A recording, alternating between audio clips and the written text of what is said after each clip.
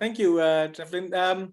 I just wanted to talk about my journey. In fact, everybody here knows my journey. I think John and Lynn.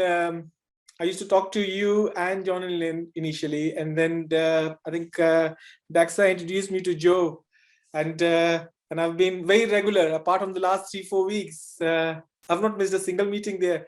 Monday usually doesn't suit me because of my alternate operating days. But whenever I'm not operating or I finish early, I try to join. The main reason to join is to listen. There's always something new. You always hear something new. And second thing is reinforcement of whatever you believe in. So and things change as well. So I am actually very high on the low carb lifestyle. But as I say to all non-believers, that to each their own. So you just start with what you believe, and then add on good habits. I think Amanda's the highlights. I think all the people here, I think half of the people, I'm very thankful to, because I think they have guided me in my initial bits. And then I just slowly built on. I did a bit more research and said, "Oh, that's interesting. Oh, that's interesting." And then I just kept on improving. Let's say hello to Amanda's cat as well. Is she low carb or not? We don't know. Or she's carnivore. We don't know. Very much so. So that's I think for people who are new here, it'd be good. I'm not sure anybody who is new here. In fact, everybody or most of the people are stalwarts here. But for beginners, I'll say that's how my journey started. My journey actually started in the first week of June. Dexa, she's already said it now. There's no confidentiality here. Dexa told me that has told everybody now that she's my patient, or she was my patient. And I took out a very big nerve tumor from her hand. And she told me all this, and you listen to everybody. That's the advantage of doing wide awake surgeries. You chat to your patients, and you listen to all the interesting things. You chat to your anesthetist, they tell you things. So my anesthetist has introduced me to the low carb. I know Amanda is growing her own garden, but I have a very small potted garden. So I think that's the next target I need to achieve. But I started. I think my story will be interesting for people who are beginners, or who are very early, first 3 weeks to first 3 months of the journey. That's how I started. I started with what I know, and then I used to eat 3 meals a day, and sometimes 4 meals. And my sleep was terrible because of my bypass surgery. So and I think last year at this time I was 100 kgs. My last recorded weight was 99 kgs, and I don't go to the GP. Don't never record my weight. Now I'm slightly more regular. I record myself every 3-4 weeks. But I'm not very strict. There are people who are very strict. They check themselves every 1 week. So as I said, to each their own. But I started with 3-4 meals a day, and then eating, stress eating or anything, whatever word you use, not doing anything, I'll eat. And I've just completed. I just came home, quickly grabbed my food because I will not use the word starving. I was fasting, and between 5:30 and 7:30 is my time to break fast. So my ghrelin hormones become active. They start reminding me that I need to eat. So that's what I did. And but then slowly and slowly. So I initially started with how can I change my breakfast. So from breakfast I made it into a brunch, and then the way, yes, local lofa is again change. But when I spoke to Traflin earlier, and I spoke to Dr. Joe earlier, because the key was to have healthy fat, and healthy fat is good. I think for beginners, healthy fat is good. That's what I understand. And then you start decreasing your fat because you don't need that fat. So I started with, I never bought butter in my life for 20 years because I was scared of butter. And then I started having a bit of butter, coconut oil, olive oil. So like olive oil, everybody believes in olive oil. So I think people who are so fixated on oil, I think they can start with good quality cold pressed olive oil. And we know avocado is good, so they can have avocado oil. If they can start with that, if they don't believe in coconut oil, then they can But then once they start believing in something, then they can add coconut oil and ghee and grass-fed butter into it. That's how I started. And then I used to eat, if you are non-vegetarian, egg is great. So I always have eggs, at least 2-3 eggs every day. So I boil 6 eggs. As soon as I come, I boil 6 eggs. 3 eggs are there. So when I come in, I cook fresh food every day. So one thing I learned was processed food is bad. We know it. We know it, but it's, so tomorrow I'm going to climb Kinder Scott with there's a 30-year reunion of my medical school. And we're climbing, we're doing the full circle of Kinder Scott. And I'll be surprised that people will want processed food. So I'm going to cook some food here as well, and we're going to go out for meal. But at the same time, more or less, I am 22 at the moment. So from a person who used to eat 4 meals or three to 4 meals, becoming 1 meal a day, almost 1 meal a day, except for when I was traveling, then maybe 1 or 2 meals. It's a long journey. So that's how I started. I started off with increasing my eating early. So 3 hours before I go to sleep, I need to finish by eating by 8 o'clock. Sometimes I used to cook so late that by 8 it will become 9:30, 10 o'clock, and then you not have a good time. I think we need to spend at least 3 hours. And then I learned what is the one philosophy. We learned, and I was telling one of my colleagues, professor, who came to visit us yesterday, and I was just talking about that in plastic surgery we talk about wound healing. We can't control one factor. If you control one factor and make a medicine for that factor and try to control that factor, things will not improve. Though that may be the best factor. So food may be the best factor, but if you are sleeping 2 hours a day or 3 hours a day, and you're eating processed food, it's not going to work for you. So I think it's good to start with one thing. I think food was my rate limiting step. So I made the food better. So fresh food, not processed food. COVID actually helped in terms of the work was on, but the whole world was shut. So it gave me time to reflect on whatever I was listening from Treflin or Dr. Joe or John and Lynn or anybody who used to come on that group. So Dexa used to text me, and then I used to listen to Amanda saying a few things, new things. The new members of the group used to join. They used to join and then go. And then I used to, you learn a few things. Richard had said a few things. So I used to make notes of things, and then everything is available on YouTube now. So we don't know what to believe, and that's why a group like this is helpful, because you listen, you deliberate, you do your own research, and then whatever you believe, whatever your thought processes are, all of us are different. So somebody is a carnivore, somebody is a paleo, but essentially we all agree that processed food is bad. I think that's where the food industry has corrupted in the last 40-50 years. And I don't belong to the conspiracy theory as well. It's us, if somebody is selling something to us, if we don't buy it, they are not forcing us to eat it. So we can just stop it. So I worked on, initially first 3 weeks, I worked on what I listened from all these early people. And then slowly I modified it. So saying, fine, I need to work on other factors. Because and that's why a good habit is such a good reinforcer. We realize if you achieve some success, that's a great motivator for you to do a bit more. So that's what I did. So I said, oh, I need to work on my sleep. Yes. So I tried to improve a good sleep hygiene, go to bed at 9:45. I was off social media. Social media is a big killer. So I was trying to improve my sleep. I was trying to decrease my stress levels. In our field of work, there's always stress. Whenever we say, oh, we don't have any stress, we still have stress. Every field of work has stress. I think in medical profession, there is some hidden stress which we don't agree with. We feel that we are failing if we say, oh, I'm so stressed. I never say. I always have a smile on my face. If you ask my colleagues, they will say the same thing. But why did I have a heart attack?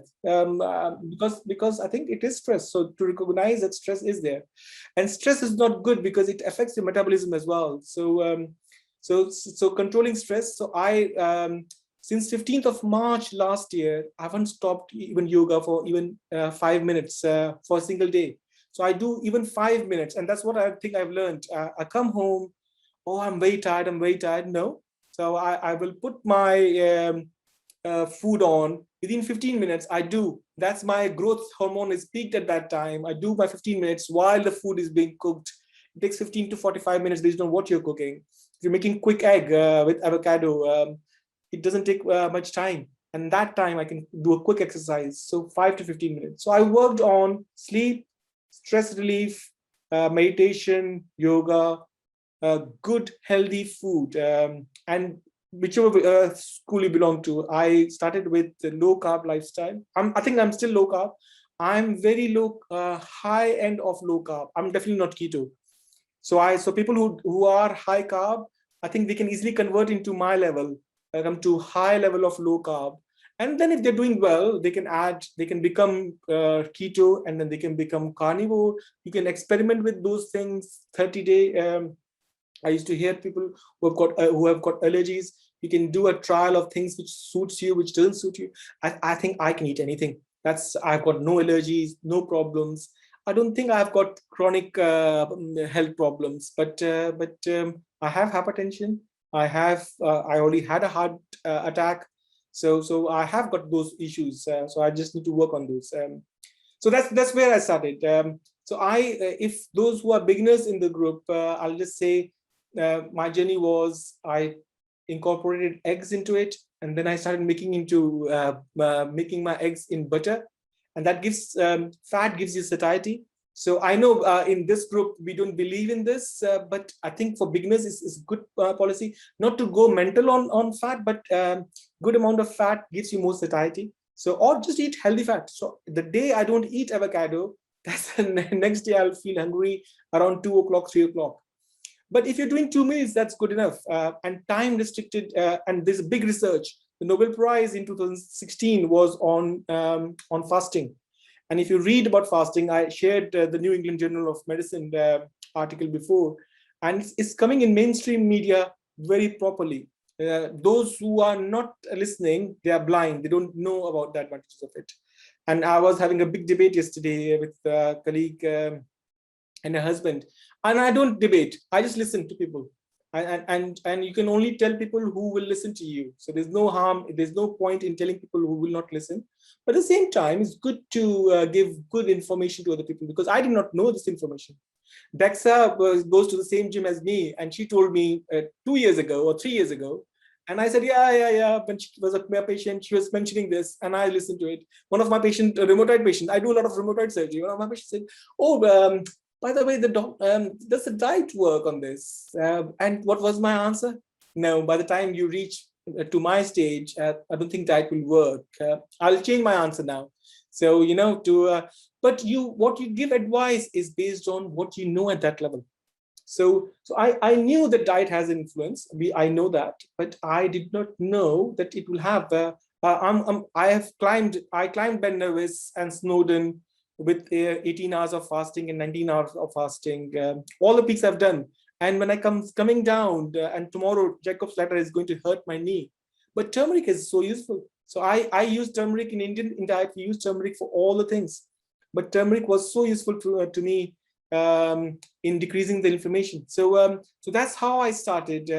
I started with that low carb lifestyle, and decreased. I went from 3 meals to decrease my breakfast time, or like from 8 o'clock it became 10 o'clock. 10 o'clock it became 11 o'clock. Then it became a brunch.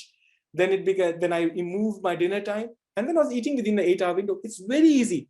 And then from scientific background, we know that the glycogen stores disappear by 13 hours. So if you can have a fast of 13 hours, all of us can do 13 hours. It's very easy. And that's why those who are non-believers in fasting, I say, just do 13 hours, just let the glycogen stores go, and then add a bit more benefit. And once you work on yourself for 2-3 weeks, you can easily make it into 16 hours. And by the time you reach 17 hours, you're already kicked in autophagy. And then from 17 to 20, you can take 2 months, 6 months, whatever time it is. And but I have not pushed myself. So I've listened to Amanda and listened to Trufflin. Harvey is I think is on the other extreme. So I will recommend people not to go beyond 5 days unsupervised. People have done it unsupervised, but I will, as a doctor, I will not. I will ask people not to do unsupervised, because it can I think it can become dangerous. That's what the recommendations are. So if you look at Netflix program, it's a bit of a, because there's one episode, only one, you need one bad example and that comes crashing down on you. So it's very important. 3 days, I think I have not done beyond 31 hours. 31 hours is my maximum. But I think that's my aim, to push myself. And that's the advantage of coming to this meeting, is just listen to people and then push, because 36 hours is the time when the autophagy kicks in maximum, and you can take it to 72 hours. So that will be my next target in the next 3 to 6 months, is to push my fasting within controlled environment. I think for people who are beginners, it's good to become fat adapted. Once you're fat adapted, all this comes easily. People say, oh, how you do it?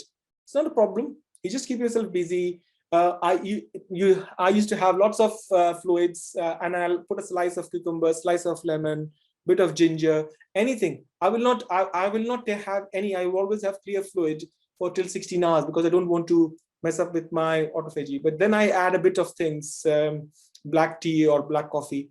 I try, because my sleep is bad, I try not to have more than 2 or 3 cups of coffee and tea.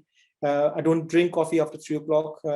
Again, it's a vicious cycle. One bad night, and then you start craving the food. It's so interesting how sleep can affect your craving up. Otherwise, I don't crave. And people are eating chocolates and cakes. Still, people are celebrating. So that culture will probably change. We talk about the culture of some of my patients bring things in, and one of the nurses kept a kombucha thing for me. So people are, when they thank people, they don't bring cakes. I hope that gets further in. But that has been my journey to start with low carb and then add on I've worked on my sleep, have a good sleep schedule, try to close the TV. I have these glasses. Dexa gave me these glasses. So I don't wear them that much, but when I sleep at nighttime, I wear the eye shade. So even a small light doesn't come. I have as much uninterrupted light sleep as possible. It has helped. If you invest in it, it's simple. We know, and the science tells us that the sleep is the best healer in the body, even better than fasting. So sleep is the best healer, and then comes fasting, and then your healthy lifestyle, stress-free life. We all have stress. So add and then learn good habits. How to learn a good habit? So there's a person from Stanford called BJ Fogg, and he talks about tiny habits or atomic habits. So you can make, if you keep doing things for 2 or 3 weeks, that becomes a habit. And that's why you need a group like this, which keeps yourself motivated. And then you push yourself a bit more, and then you learn another habit. So I incorporated. So that's what I did. The day my gym stopped, I started losing weight. So I've not joined my gym. I'm probably joining in a month's time. So it's very interesting. And then I just added on. So now I do lots of walks. So movement is important. Stress relief is important. Yoga, meditation is important. Sleep is important. But the most important, and that's the philosophy of this group, is good, healthy food. And I prepare it freshly, fresh food. And then you say, oh, I'm very busy. So people who are very busy, I'll tell them I'm very busy too. So all of us are busy. Just tell me one person who's not busy. So everybody is busy, and I was very busy. It's an excuse we use. And food preparation actually doesn't take much time. It's so interesting to prepare food. I enjoy it. So that's how I started. And then I added a bit more things. So I learned about fasting. Then I learned about gut microbiome. So our genes are like, yes, we inherit our parent genes and say, oh, our genes are not good. Asian genes are not good in terms of cardiovascular risk. But you can modify. So that's like a CD player. So you can refine your genes, what we call as epigenetics, which means whatever genes you are there, not all genes are expressed. And the bacteria in the gut can modify. It can clean up. It's like a CD cleaner. So it can clean up your genes and modify the expressions of those genes by feeding your bacteria. So if you feed your bacteria well, gut bacteria well, then they will look after you. They will generate all the vitamins for you. Yes, in this COVID time, I'll recommend people to take vitamin D. Vitamin D is involved in everything. So I do take vitamin D and vitamin C supplement and a multivitamin. But maybe at some point I will not need it. And I use a lot of, again, I will not recommend people, but are people who believe in just research a bit more on gut microbiome, and fermented stuff has a great role in controlling the gut microbiome. So I make kimchi, sauerkraut. That's my first plate. So when I make salad, I don't have any salad dressing. I have, I think I'll post a picture. I normally put it on our low carb group. People will be bored of my postings. But so I will have, I ferment everything. I ferment beetroot, I ferment cabbage. I think the cabbage family is the best family. So we make cauliflower rice. I have not missed roti. Being Indian, I eat a lot of rice. If you just look after Asian meals, they always eat rice at daytime and roti or naan or paratha in the evening time. I've not missed it. My romaine lettuce is my roti and naan. So I put a bit of a lemon and black pepper on it, and then I eat with my hand. Yesterday I made chicken fajitas. So fajita was romaine lettuce. So that's what I served, and everybody enjoyed it. So with roast vegetables. And then I add, because I believe in diversity. I think diversity is important in general, but diversity is important here as well. The more diverse low carb veg you eat, the more different bacteria you support. And it's a big population you want to support. Amanda recommended something like a dietary fiber.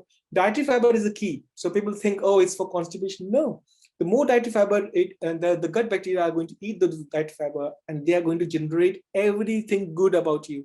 You can start seeing your mood changes. Everything changes. It's either it's a placebo effect. I don't know what it is. It may be a placebo effect, but you can, within 3 weeks, you can start seeing the change in yourself. I've lost about 24 kgs and counting now. In the last, so I lost 18 kgs in the first 6 months, and then I'm almost on maintenance, and then still lost 6 kgs. So I'm 24 kgs. I may still lose one, but there's no race. I gained this weight, as Stefan says, we did not gain this weight overnight. So we will not lose this weight overnight. That's why I don't even measure. Sometimes on 3 weeks, I just go and measure it in the hospital. I still think outcomes are important because it's a positive reinforcement for us. So I measure my, I think weight is important. BMI is even better. And your body circumference, if you measure with the body tape along your navel, that's the best indicator to give the intraabdominal, because intraabdominal fat is the best indicator how much we're losing, because that determines our diabetes and other things as well. I'll stop here. I'll pause and let others add on, and then some more thoughts will come in my mind. Oh, thank you, Anuj. That's absolutely fantastic. Can we give Anuj a round of applause if we can do that? Hey, man, I hear everybody. Lovely to see you there. Anuj, you're just amazing. You just blow me away, and I'm so glad that we've got some really nice people on here. So I'm going to shut up now, and I'm just I've muted everybody. So just unmute yourselves and only speak if you want to say something. And I mean, I've got an old saying. Some people want to say something, and some people just have something to say. So whatever this is with you, just crack on.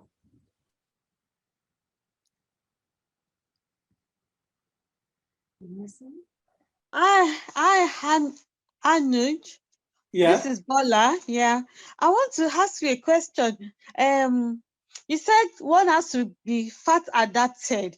For a beginner, you are also saying that we should take use fat like MCT oil, coconut oil, or olive oil.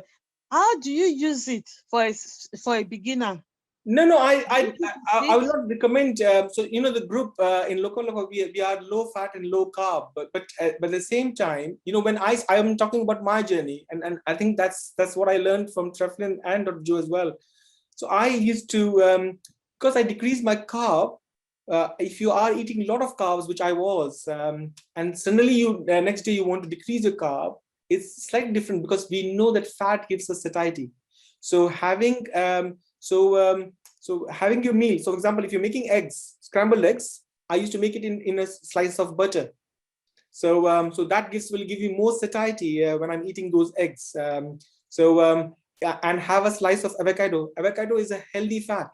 So if you have avocado, and then make a guacamole of it, whatever you will know how to change taste. Now I don't even need to make guacamole. I'll eat avocado like this. That's how I know it just tastes better for me.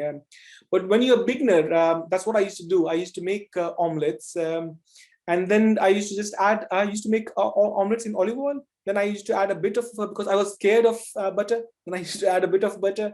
It tastes better, gives me more satiety. So I used to carry on from my brunch to late dinner, and so that was my good way of. You will see when you have healthy fat, you will have more satiety, and slowly, the concept is, the fridge and the freezer. So if you have it, like I had so much fat, so when you so my body fat is my freezer. So if I have got so much food in my freezer, I don't need to buy some more stuff to put it in my fridge. So you can take this off the freezer. So if you eat less fat, then you start decreasing your fat content in your diet as well. But you want to come off the carb, because carb is the biggest problem, and processed carb is the biggest problem. So one thing, even if you don't believe in, get away from processed food. I still eat. I'll share my picture of the food yesterday. So I don't eat roti and rice. They are ultra processed. But I eat a lot of lentils. So when I eat lentils are high in carbs, but they are good quality complex carbs. And I also add lots of veggies into it. So I can't give up. People who are used to eating their staple food, they can't just suddenly change from one to another. So you slowly lose things. Rice is bad. Roti is bad. Naan is bad. Flour is bad. So you take that out first. Then you can attack your lentils as well. If you don't believe in, like people who are carnivore will not eat any veg. I believe in veg because veg adds to my dietary fiber. So, and that helps my gut microbiome. So again, see what you believe in and then start. So once you eat those, once you give up become from high carb, come to moderate carb, and then come to low carb, then you'll be startly getting fat adapted. Then you can start your fasting as well. That's easier to fast. Before, I will not fast for 4 or 5 hours because I eat so much carb, it spikes your insulin, and then within 2-3 hours you're hungry again. And you will see it, when you eat a lot of processed food and a lot of carb diet, you're hungry in within 3-4 hours, and that's why we can't fast. So that's how I went about. But people say, is fat good? No, it's not good, but it helps you to get fat adapted, and then go for healthy fat. So the healthy fat, so I will make it in grass-fed butter or coconut oil. You can have. I never bought MCT oil. So I just make it in coconut. Whatever food I make it in coconut oil or olive oil and ghee. So when I make things, I just have a tadka with desi ghee, and it gives me more satiety and it's more tastier as well. So thank you. Did I answer your question for you, Bola? Yes. Okay. I understand that it can be a bit confusing when you start and you listen to all different things. But at the end of the day, we're not changing the goalposts here. We're just reinforcing the goalposts, right? And I think for me, what Anuj just said tonight just covers everything in reality. It's understanding what works and understanding what doesn't work, and then finding out, depending upon your objective. Like Anuj said, he's not in a hurry. He's not in a hurry to do this. So, okay. Thanks, Paula, for your question. Thank you very much indeed. Thank you.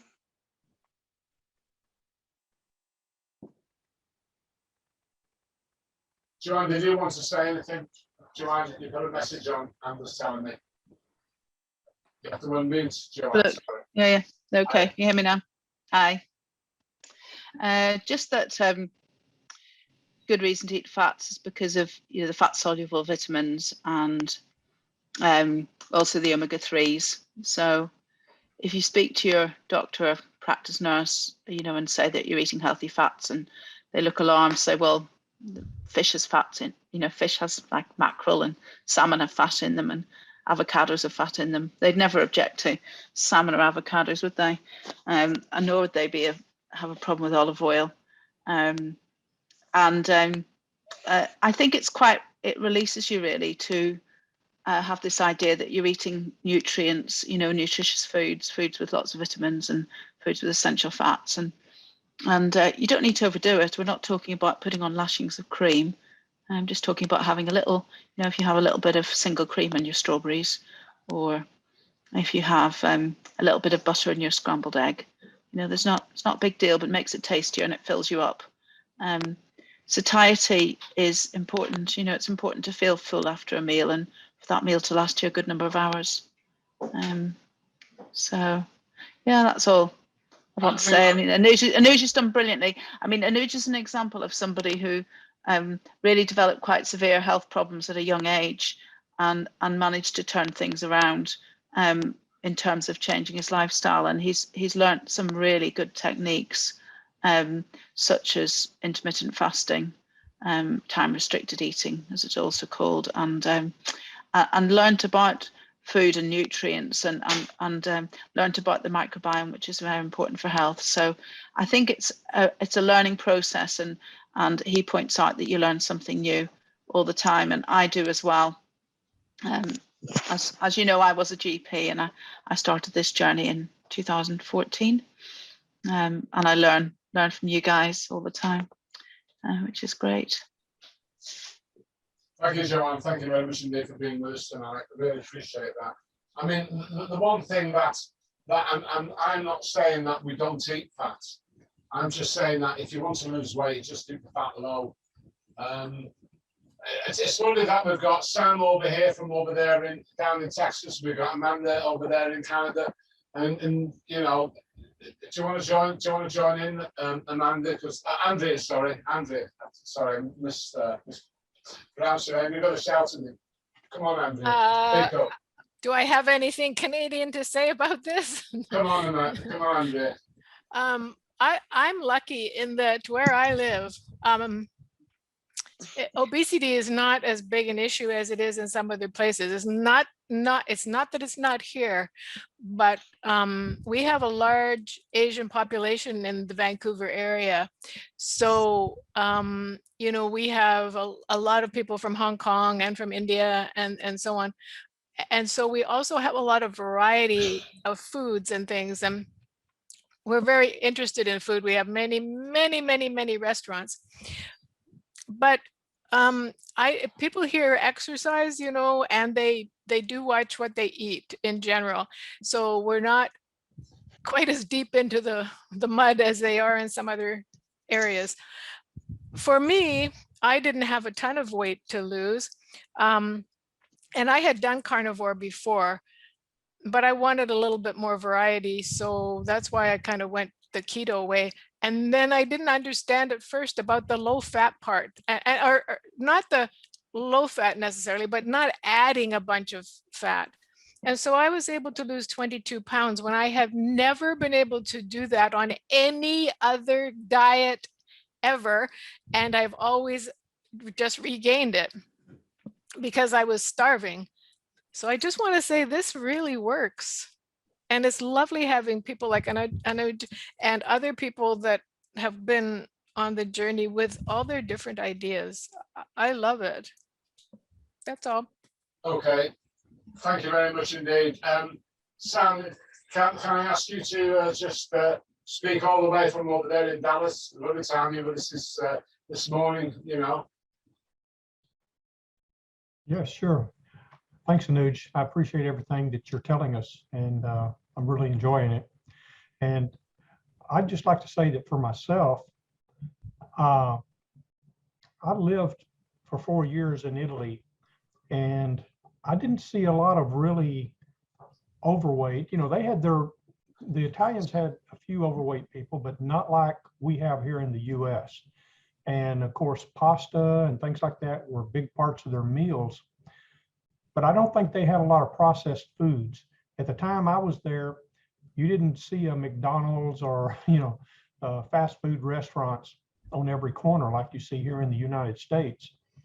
And where I'm at in Texas, obesity, I think, is a big problem. I would say there's a large percentage of the people that fall into that overweight and obese range. And I was one of them. And I tried all the calorie counting and all those sort of things. Lost a little weight, but I found that cutting out my pasta and rice, and just like everybody else, cutting out the carbs seemed to really work for me. I think another thing that comes into play is for myself, I tend to believe that I had more food allergies than what I actually, realized. And once you start cutting out those things that are irritants and cause inflammation and things like that, a lot of things just start to fall into place and start to heal themselves. And so anytime you start cutting out and eating less frequently, because I was like everybody else, I was eating 5 or more times a day, including snacks and all that. Yeah, you cut that back, even if you can just go to 2 meals a day, I think is extremely beneficial.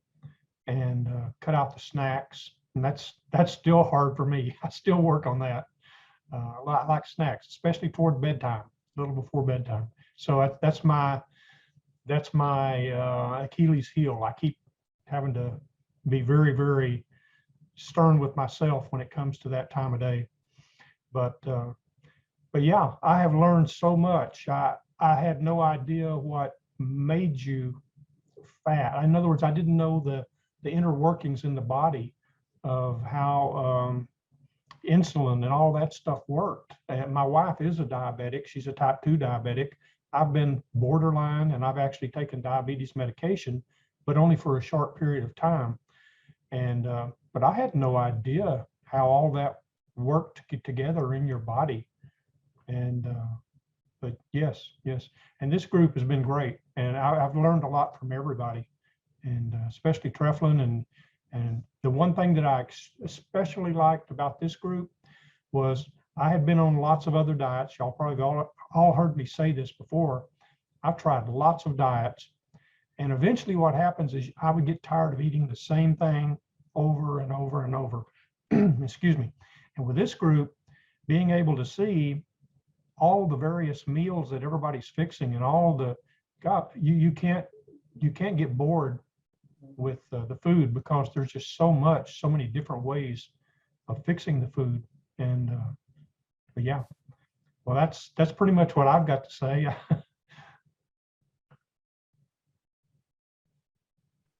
I completely agree with Sam. I think that's the key. I think keeping it different, and there are so many, every tasty meal you see, every time. Tomorrow I'm going to go out for a meal with all my medical school friends, and anything which I see, saying, well, I can do this, or not as good as that, but maybe I can try that. And then I have a low carb version, and I'll do a research, and lo and behold, there will be a YouTube version of that low carb version. Same thing. I bought sauerkraut. I heard in Treflin's group from John or from Joe's group, and then oh, sauerkraut, fine. So I knew what sauerkraut.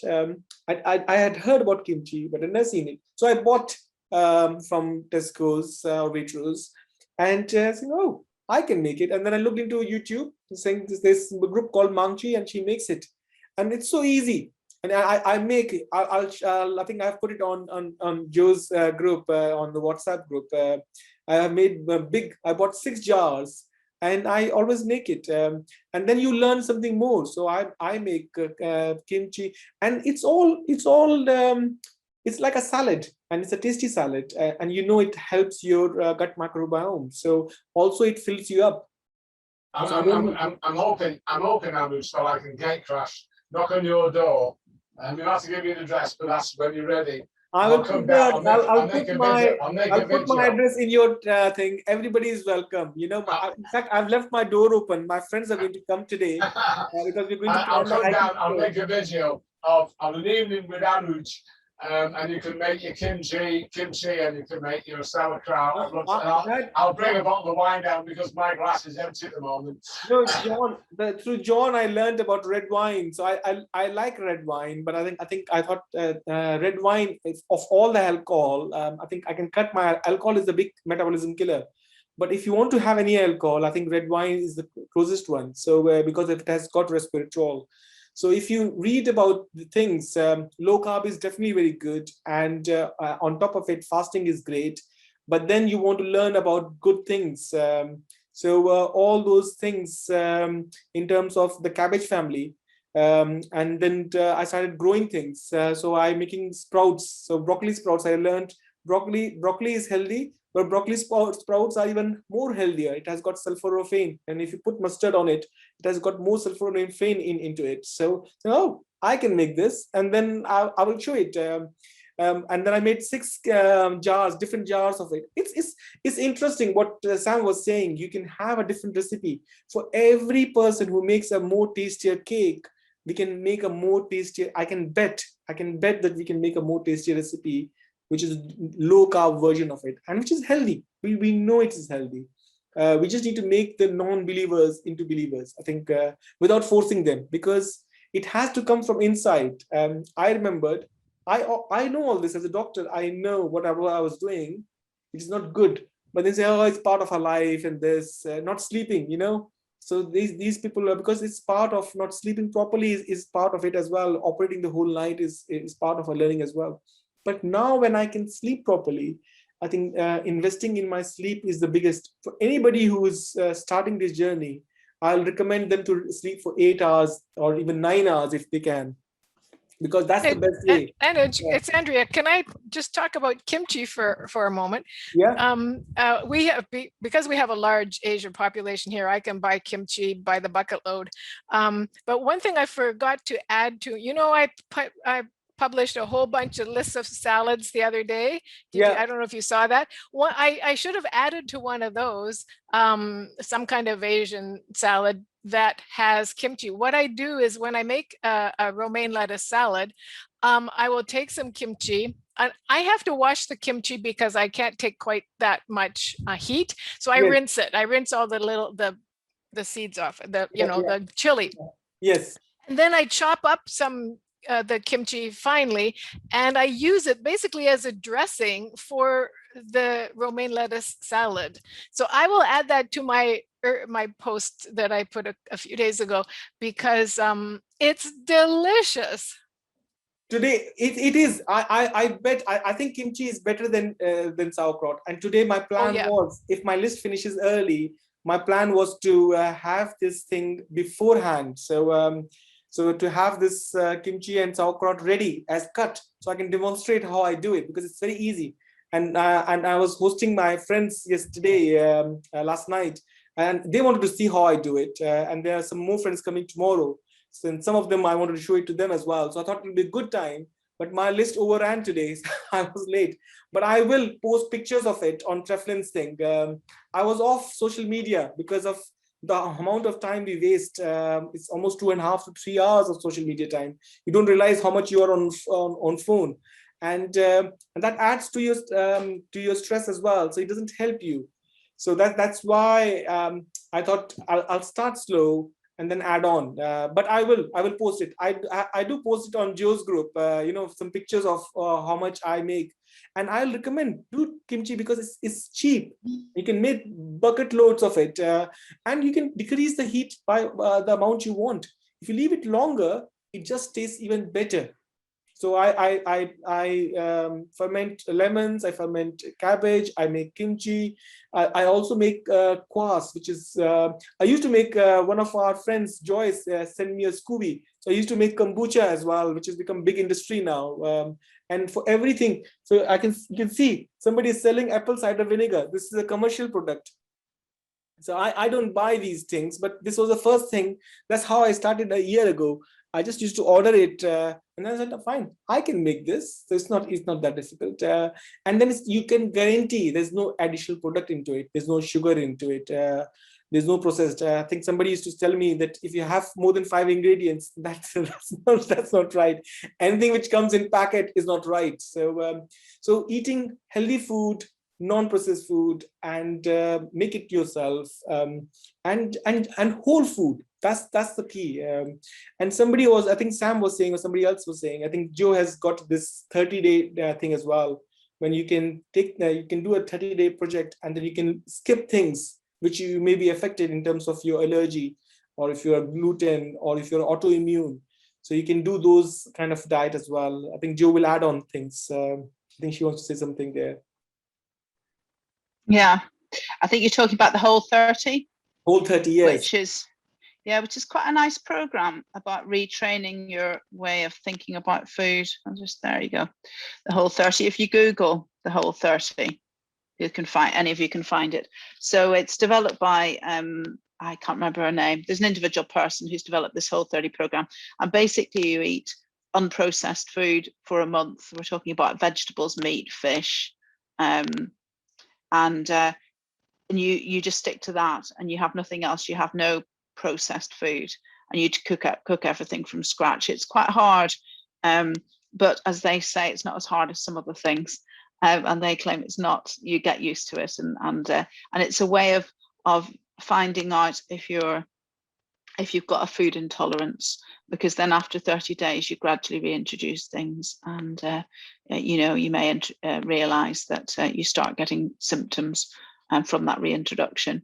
But it's supposed to be just quite good to change your relationship with food. So you think of food as being for sustenance and for nutrients rather than just to give you a bit of a kick, that sort of thing. It's not just about the food, because often I talk about recipes and putting things together that you might find recipe on the internet or from a book. But I find that most things that people eat that are unprocessed are nothing to do with meals anyway. They're sort of add-ons. They're the donuts, the cakes, the fizzy drinks, the fruit squashes, even things like chewing gum and the latte you pick up on the way back home, or all these extra things that are not necessary. So in the Whole30 you give all that sort of thing up. Thanks for that, Dr. Joe. One of the things that I want to just add, if I may, let me just add this. Last night when I was making my meal, I called my stir fry a hot salad, because it's the same as the salad, only it's hot. So it's just a case of rethinking about the obvious. For me, the food that I was eating was just a salad, except that I was going to stir fry it. So I just called it a hot salad. So I try and keep things simple. I try and work out what works for me, what doesn't work for me. And Anuj spoke tonight about he weighs himself monthly, whatever. For me, in order to keep where I'm at, I've got to weigh myself daily and journal daily. And I know that works for lots of other people. And I always say, if it works, it can't be wrong. But if it doesn't work, it can't be right. And this is Anne, by the way. This is the other half of the local OFA team. And Anne spends a lot of time on the local OFA group, going through and tagging all the meals and putting all the different things down. Thank you for that. Anyway, I'm going to pass back over to somebody else. It's not about me.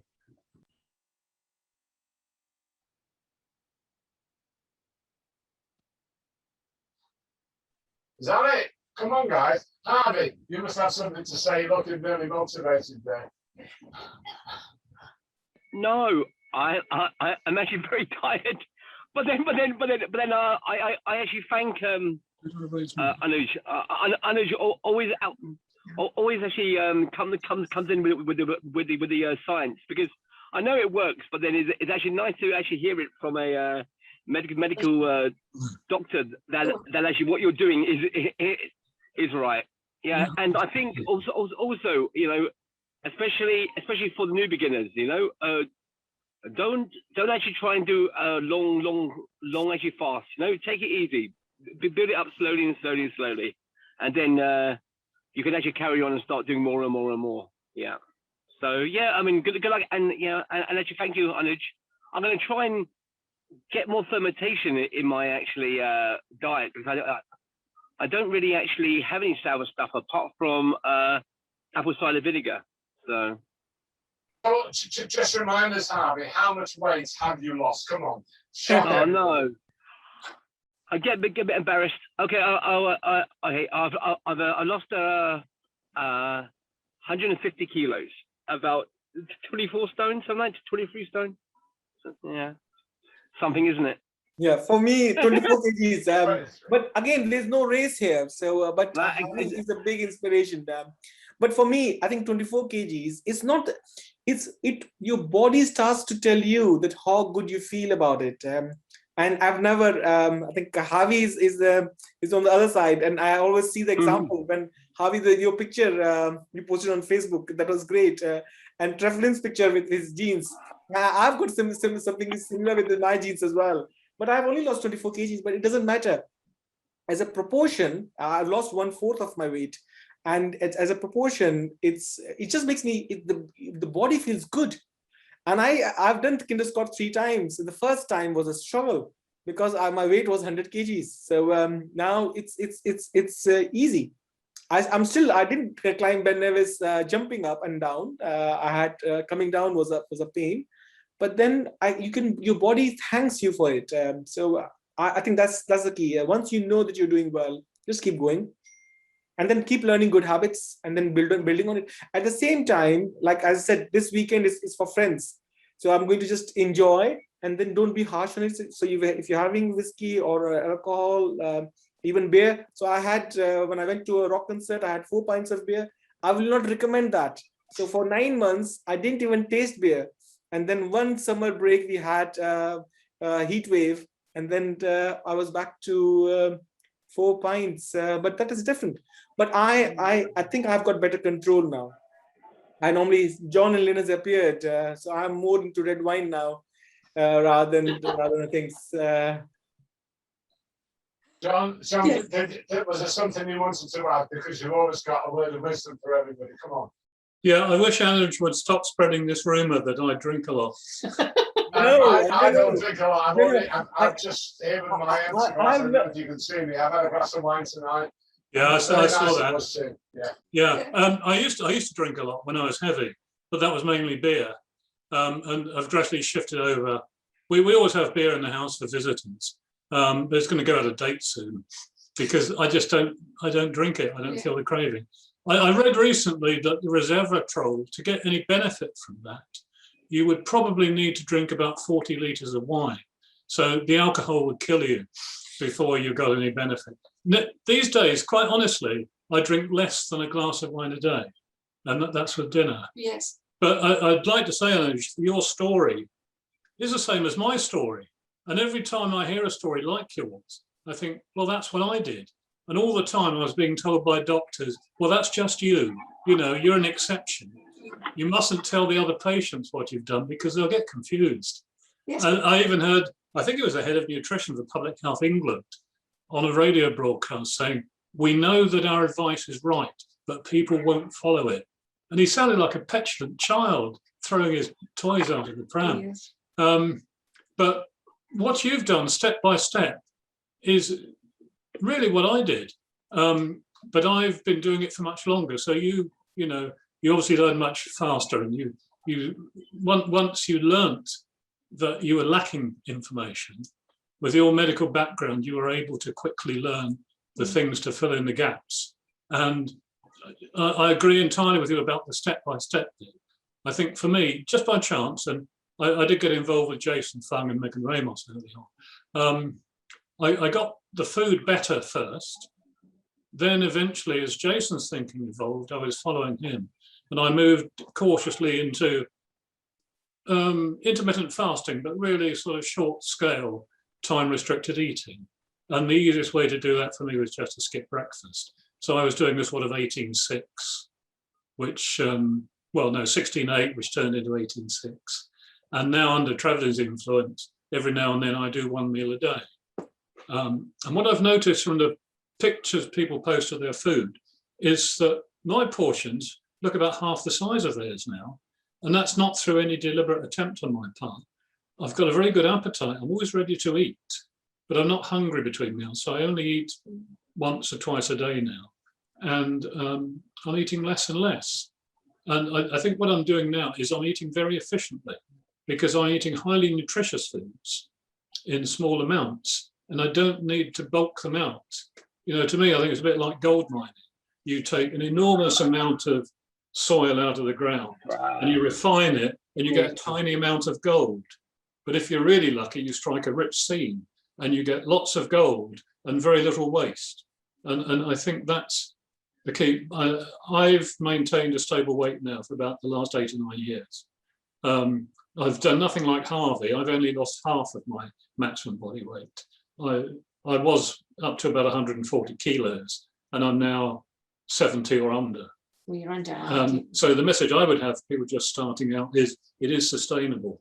Don't be put off by people telling you it won't last. Yes, because it's like Joanne, I think we started on this way about 2013, 2014, didn't we? Well, no, about 2012 I started, but it took me a couple of years to really get to a point where it was having an effect. So it is sustainable, and it's enjoyable. I'm not in the best of health now. I was quite ill a few years ago, and I think that was mainly drug induced. I don't like to take drugs, and food I think has taken me off a lot of drugs, but there are some medical treatments where drugs are inevitable. And you know, I don't want to be dogmatic saying I'll never take drugs, that would be silly, but I only take drugs, you know, as a second resort, not a first.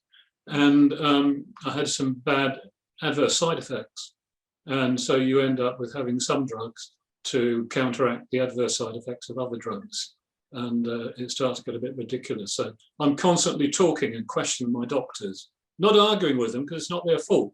They're doing the best they can in the best interest of their patients, and I've got to defend them for that, but they're limited by their training and their experience. And they don't seem to talk to each other. Yeah, well, no, that's not the doctor's fault. That's politics. But you can see the example. Dr. Jo is there, and she's been doing this for 7 years, and she has changed so many other people and their outlook. I'm sure she must have influenced so many of her patients. And sometimes it's, yes, I understand the conspiracy theory, but I'm not a big fan of conspiracy theory. I just say, fine, I know this information. I can read it, and then I will tell people who will listen to me, and then they will take it further. So like yesterday, I was hosting a couple here. One of them is a professor in my department, and the husband didn't want to listen. So I said, "Oh, you're so fit, you're so healthy. Why do you need to listen to all this?" In fact, it's good for non-healthy people like me, but it's definitely even better for healthy people because they can add things on. Like I add every week, I add something new. If I listen to John or Joe or Treflin, or anybody who a new member comes in, say, "Oh, we do something different." Like I was talking to Andrea about mutton in Vancouver. So I said, if I find, I will do something different. Now I was planning, if my list had finished in time, I thought I'll prepare all the fermented stuff and then post it. But it's, the meeting had started. I didn't want to be late for the meeting as well. So yeah, can I ask, have you, when you were buying kimchi, Lynn has looked up on a grocery list. Sainsbury's do a kimchi, which is apparently very low carb. Do you have any experience of the commercial kimchis, and were they as good, do you think, as your homemade? I will not. Nothing is good as what you make yourself. And you can know your product is good. So I'll recommend people go on YouTube, type Mang Chi. So like kimchi is called MAN. I'll type that. I'll probably type it here. Yeah, it's called MANCHI, Mang Chi. If you type that on YouTube, Mang Chi kimchi, it will come up. It'll come up. She's a lady who makes kimchi, and then you can have different versions of it, have a look of it. And once you start doing it, YouTube always picks it up, what you want to make. So I buy Chinese leaf. I buy the Chinese leaf cabbage, and it talks about gochugaru. I think Dr. Jo has got some kimchi, a commercial product, Loving Food. Yes, hot and smoky kimchi. Yes. So, this one's very good. It's very, very good. It's just got vegetables in it, and let's see, they're all the same. They do about 6 different varieties. So it's just got cabbage, pak choy, radish, spring onions, ginger, chili, cayenne pepper, smoked paprika. It's got tamari soy sauce, which is supposed to be the only thing that you think, but I think the tamari one's pretty good, and salt. That's it. And the other ones are just the same. They've got a sauerkraut as well, See, I don't know why, but I'm just a bit sort of lazy, unlike Anuj. And there's a shop near me that sells this, and they've got 6 varieties. And yeah, I get inspired. I found a good recipe for an easy one for kimchi, and I forgot to save it. And can I find it now? Well, I've found one, and we're gonna make it. Definitely want to make some ourselves. Yeah. But I just wondered if there was a shortcut. The one that I found, he says you don't need the special Napa cabbage. Because I can't get it. You make it with any cabbage, and you can even eat it as soon as you've made it, but it's better after a week. I agree. You can make it straight, but the more you leave it to ferment, the more it gets better. I can't tell you, after 9 days, it's so tasty. 3 weeks, my God, it's so tasty. If you don't have Napa cabbage, sometimes you can find it in Chinese stores, or you can get, it's called Chinese leaf. You get it in Tesco's or Waitrose. It's called Chinese leaf cabbage. It's the same as Napa cabbage. And then I add lots of radish. I don't add carb things like carrots. I will not put carrots. I stopped eating carrots when I knew carrots are not good. It's good for my gut microbiome because it adds diversity, but I will do low carb first. So instead of eating potatoes, I think my organic stuff was delivered. So they gave me some potatoes, but I will eat the low carb versions first. So like what Teflon makes. So I make chips with Celeriac. The celeriac, yes. And the soup is so tasty with celeriac and other things as well. Good, thank you. Thank you for that then. We'll make and then we'll post it. I'm going to. I think I'm doing this weekend. I'm going to be bad, so I'll still try to fast as much as possible. But then from Sunday onwards, I'll make all, because I've already bought all the ingredients to make all this fermented stuff. Yes. I was planning to do it before this meeting starts, but my list today overran. I was planning to do it yesterday to show it to my colleagues yesterday, but I'll catch up. Are you going, Joanne? Yes, if that's okay. Need to head off. Yeah, I thought you wanted to interject. I thought you wanted to share something. Thanks for sharing that, kimchi. Okay, you're welcome. See you then. See you soon. Is that right? Bye. Okay, thanks, Joanne. Okay, love you. Okay. Bye. I see you all. Okay, guys, we're getting to that time now. We're an hour into the meeting. Does anybody else got anything they really want to add at this stage, or any questions you want to ask? I'm so glad that you've joined us this evening. Okay, Amanda, come on. Well, firstly, thanks, Anuj, as always. I've just come off a really intense course of antibiotics. I just had a big tooth extracted that was very infected. It was almost throbbing when I took it out. It was so bad. So I know I probably destroyed my gut bacteria in the last week. I feel like I can almost hear it dying. I mean, it's audible. And I do already eat a lot of sauerkraut and lots of fermented foods and so on, and the Bimuno. So I don't know if you've come across anywhere. I mean, I should look it up really, but I've only just been thinking about it as to sort of like as a rebuild from having a heavy dose of antibiotics. Have you come across any advice for that to like rebuild the gut in a quicker way? I think, Amanda, we discussed this before. You have Bimuno, which is dietary fiber, which is prebiotic, but you also have bacterial things, which has got cultures of bacteria. And sometimes with some antibiotics, doctors prescribe you that. So, you already gave me that name. It has got bacterial cultures in it. So, so if you eat that, that will help you. That will speed up your gut bacteria recovery quickly. And at the same time, you can build it up because, it's been destroyed. And then you just build it up because you had such a good gut beforehand. So that's fine. I think it happens. And that's why I'm very scared when I prescribe antibiotics to patients. I think 3 times. My God, I will not have it. I never used Listerine mouthwash, so I stopped using mouthwash because of the oral microbiome. So, but if you look at the products which is in Tesco's, apart from the prebiotics, I don't take those.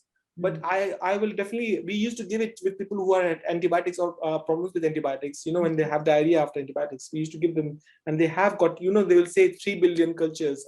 Those things will definitely be beneficial for you. Remove yourself after the antibiotic thing as well. Yeah, I think I'm just going to blitz. I'm going to take everything. Yeah. God. And then just start building it. Start those, and then start your brief about it. Add all this thing, and then it will build up very quickly. Yeah. And on a separate note, my mum is staying with me at the moment for the last 2 weeks because it's the first time I've seen her in 2 years, and she had to do 10 days isolation because she's come from an amber country. And so it's been a bit intense, 14 days, from nothing to 14 days. But obviously I've been doing all the cooking and looking after her and so on. And she's lost 5 pounds while she's been here. That takes her to 8 stone 10, I might add. So my mother does not need to lose weight. Her nickname is Twiggy for most of her life. So so she doesn't need to lose weight. She kept saying, my clothes feel big on me. And so she's not doing 1 meal a day. She is still having her Greek yogurt with some honey in the morning. But then having her stir fry every day, because I've just become obsessed with stir fries, which Treflin I also refer to as a hot salad, because I was obsessed with salads last year. Thank you, Amanda. Thank you for that hot salad. I love it. Yeah. And then I'll be topping that off with some bean sprouts. So that's going to be cooking in my wok here. So here we have. This is a hot salad. Okay. So if you think about your stir fries, think of it as a hot salad. That's exactly what it is. It's a hot salad because you can cram so much more vegetables in and then cook it down than you can on a plate of just raw veg. So I've become obsessed with the stir. It is, and you can make your own tasty, and you know what suits your palate. Yeah. And if you don't have to please anybody else, that's the best way, because then you can eat. There's nobody to criticize you, and then you just get on with it, and it's healthy. Yeah, but I mean, this is the thing. It was nerve-wracking because I've had to please somebody else for the last 2 weeks, especially cooking meat, because I've never cooked meat for another person. So I didn't even know if I was cooking it to an acceptable level anyway. I've got no concept of what it should taste like or anything. So I've been cooking meat stir fries for 2 weeks. But also her IBS is gone. She's had no IBS, no bloating, even though I kept telling her it would help and she wouldn't believe me. So it's interesting. She's been forced into it for 2 weeks and is feeling the benefit already. So once you start seeing, and that's what I say to people, within 10 days to 3 weeks, they start, and then they will not go back. I will not see people going back. I think my challenge is when the world opens, how do I think I will not change, but yes. So when I'm with friends, I want to enjoy as well. So you don't want to be a bore, but at the same time, you can enjoy it within your healthy limits as well. So it's about balance, isn't it? Balance, yes. You have to enjoy life, full stop. So if that involves, a small amount of enjoyment beyond what you do. And you stress, oh my God, I'm having a beer, and you stress about it. You're already raising your cortisol level, so it doesn't help you. So totally. I just want to interrupt a second. Just one of the things that you mentioned, Amanda, was about your gut biome.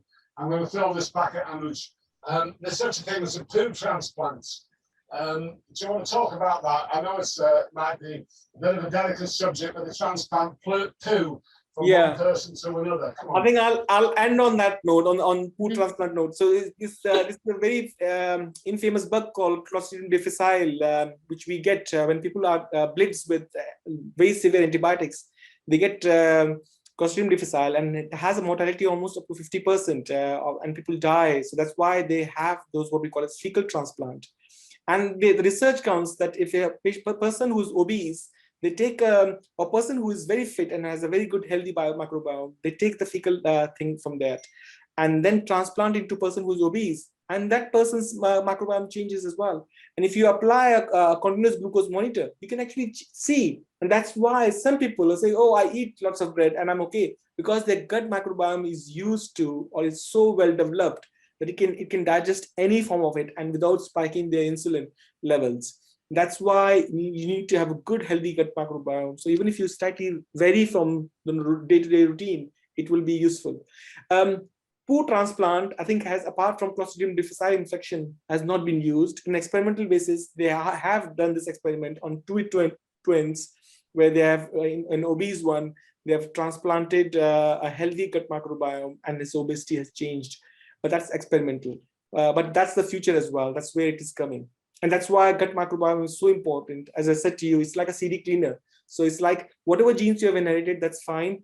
You thank your parents, but you can still refine your genes by eating healthy diet. And that's the epigenetics. So if you look after your gut microbiome, They will produce everything for you, and then will clean up everything for you as well. And then, of course, you need to have a healthy lifestyle, stress relief, good sleep, do your meditation, do your yoga, do your HIIT exercise, do your walking, but whatever works for you. But the most important thing is eat healthy, whole food, non-processed, and try to live within healthy limits, have a healthy lifestyle.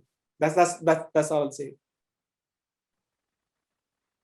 Okay, Anuj, thank you very much indeed. I'm just going to take your spotlight off you for a minute now. I just want to thank you and everybody else for joining in. And just before we, Sim, you've come in a bit late tonight. If there's anything you want to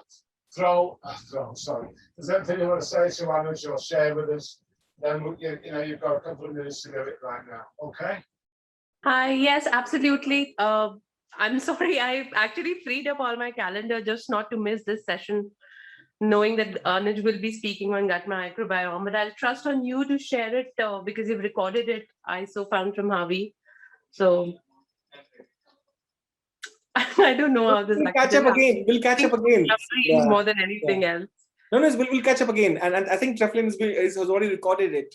So we just had a general chit chat, and then I will do a proper one. I'll do all the preparation, and then we'll share it while the preparation as well. That's great. That'll be very helpful, Anuj, because I think this is going to be one crucial element in the journey going forward. In fact, it is already, and I've been doing like whatever helter-skelter that I can find on the internet onto how to improve gut microbiome. I even came across that documentary where they, this famous doctor where they said leptin, if it starts secreting and there are cuts in your intestine, and how it can be very dangerous. So, and the only lining that prevents it is the microbiome in the gut. So I was hoping to catch up more from you here, but never mind. I'll listen to this recording and I'll come back with questions. There's a bit of scary stuff as well, so I will not worry. That's why, being a medical person, I'm not worried about scary stuff. So I just ignore the scary stuff. I ignore the what do we call as the conspiracy theory, but I just concentrate on the positive side and then build on it. Like yourself, I have just started with one thing and then I've added things as well. So that's what I keep telling myself. Like about 3 months ago, a year ago, that's when I started with my fasting journey. So that's what, whenever I'm getting too downward into the spiral, I just tried myself out saying the same thing, that a year ago, you weren't even bothered if you would be alive next year or not. Exactly. And suddenly you want to be, Yeah. So you don't want to be healthy overnight. But that's okay. I started this journey in June last year. So I'm just over 1 year. And Amanda has been doing it. Treflin has been doing it. Harvey is on it.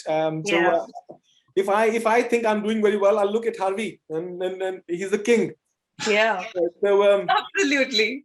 But to each your own. We all have got different goals, and we're not competing against each other. We're just listening from everybody and taking one thing from this person, one thing from that person. Absolutely. Reinforces what we already know, and then adding on. On that note, I will end, and if that's okay, if there are no more questions, Treflin, I'll take your leave if that's okay with you. Okay, well, thank you very much. Thanks, Harvey. Thank you so much. Bye-bye, everybody. Just don't forget, I'm back again on Monday at 4 p.m. Here we go. Monday, 4 p.m. and Wednesday at 10 a.m. I look forward to seeing you all. Thank you so much, and I just hope you have a fabulous weekend. Stay safe, everybody.